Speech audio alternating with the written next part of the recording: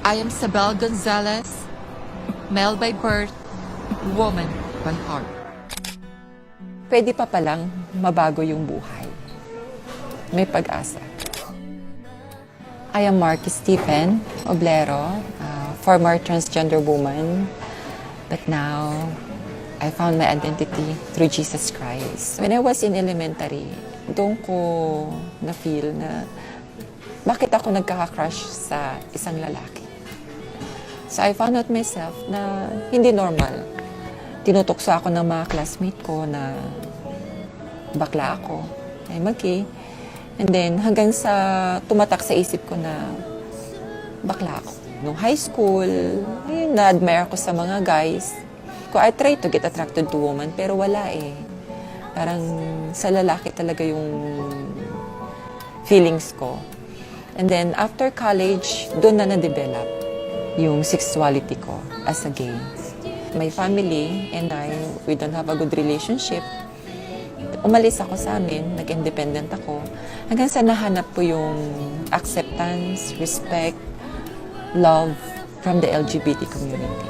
And doon nag-start yung life ko as a transgender woman bilang Sabel Gonzalez. So balit doon sa paghahanap ko ng buhay sa mundong yon, parang may kulang. Parang may emptiness pa rin. Hanap ako ng hanap ng mga bagay sa mundo, kaibigan, material na bagay, pera, pero hindi pa rin napupuno yung kulang sa puso ko.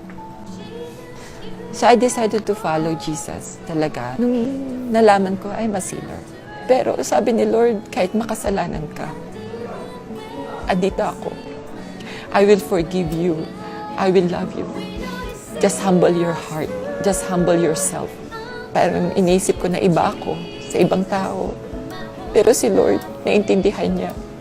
At doon ko naranasan yung pagmamahal ng Panginoon. Kahit lumaki ako na walang tatay na gumagabay sa akin, andun yung presensya ng Panginoon.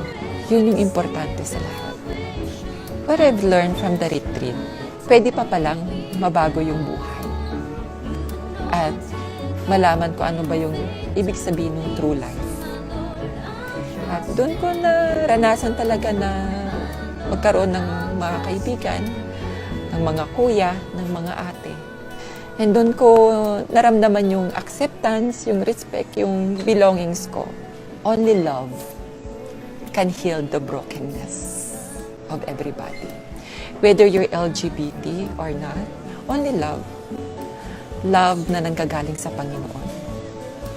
That we need to share to everybody. I am free.